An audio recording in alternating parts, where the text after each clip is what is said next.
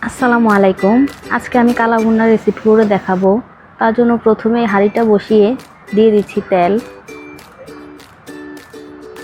তেলটা গরম হয়ে এলেই দিয়ে দিব পেঁয়াজ কুচি 2 কাপ। এগুলোকে আমি পেঁয়াজ বেরেস্তা করে নিব। বেশি ভাজবো না, জাস্ট গোল্ডেন হয়ে এলেই আমি তুলে নেব, বেশি ভাজলে তিতা লাগবে। এখন সাথে সাথে এগুলো মেলে দিতে হবে, না হয় বেশি ভাজা হয়ে যাবে, কারণ গরম থাকা অবস্থায় কিন্তু এগুলা কুক হতেই থাকে। এখন মাংস দিয়ে দিব 2 কেজি পরিমাণ, দিয়ে এগুলোকে ভালো করে নেড়ে চেড়ে মাংসটাকে একটু ভেজে নিব। ভাজলে মাংসর গায়ের উপরে এটা কোটিংয়ের মতো কাজ করবে, সহজে গলে যাবে না। এখন আদা রসুন বাটা দিয়ে দিলাম 2 চামচ করে। এখন আস্ত মশলা দিয়ে দিব এলাচ, দারুচিনি, লবঙ্গ। এখন দিয়ে দিব জয়ত্রী। এটা খুব সুন্দর একটা ফ্লেভার আনে মাংসের মধ্যে। এটা হচ্ছে রাঁধুনি, এটা কেউ ভুলেও গোলমরিচ ভাববেন না, এটা গোলমরিচ না।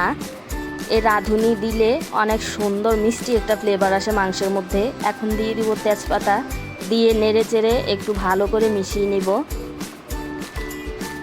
সাথে দিয়ে দিব 2টা বড় এলাচ, এটাও খুব সুন্দর একটা ফ্লেভার আনে মাংসের মধ্যে। কিছুক্ষণ নেড়ে চেড়ে দিয়ে দিব জয়ফল, এটা মাংসটাকে সিদ্ধ করতে হেল্প করবে। এটা খুবই অল্প পরিমাণে দিতে হয়, এটা বেশি দিলে তিতা লাগে। এটার ফ্লেভারটাও অনেক সুন্দর, আপনারা চেষ্টা করবেন এটা দেওয়ার জন্য। এখন ভালো করে নেড়ে চেড়ে এগুলোকে কষিয়ে নিতে হবে। দিয়ে দিতে হবে আস্ত শাহি জিরা, যেটাকে কালো জিরাও বলে, দিয়ে নেড়ে চেড়ে দিয়ে দিতে হবে হলুদ গুঁড়া 2 চামচ।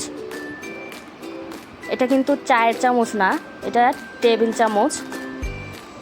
দিয়ে দিতে হবে 2 টেবিল চামচ মরিচের গুঁড়া। ভালো করে এখন মিশিয়ে নিব।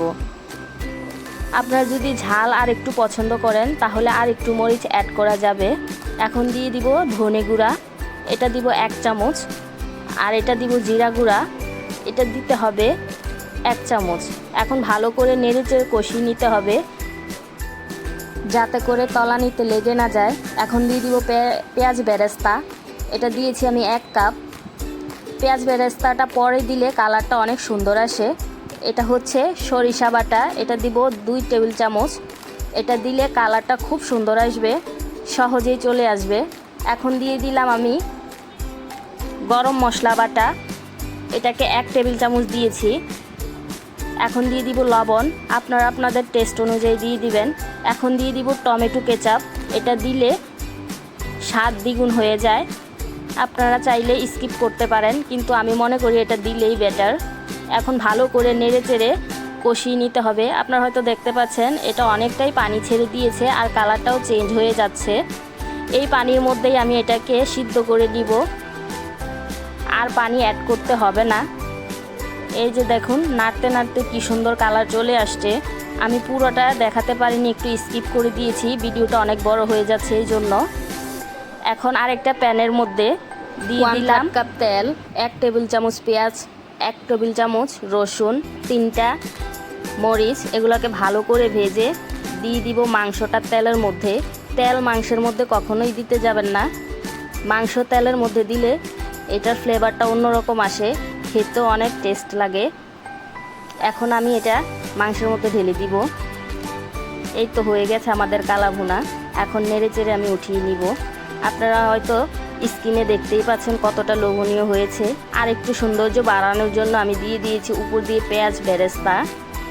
এই যে রেডি হয়ে গেছে আমাদের কালা ভুনা। কার কার ভালো লেগেছে অবশ্যই কমেন্ট করে জানাবেন। ভিডিওটা ভালো লাগলে লাইক করবেন, আমার চ্যানেলটাকে সাবস্ক্রাইব করবেন।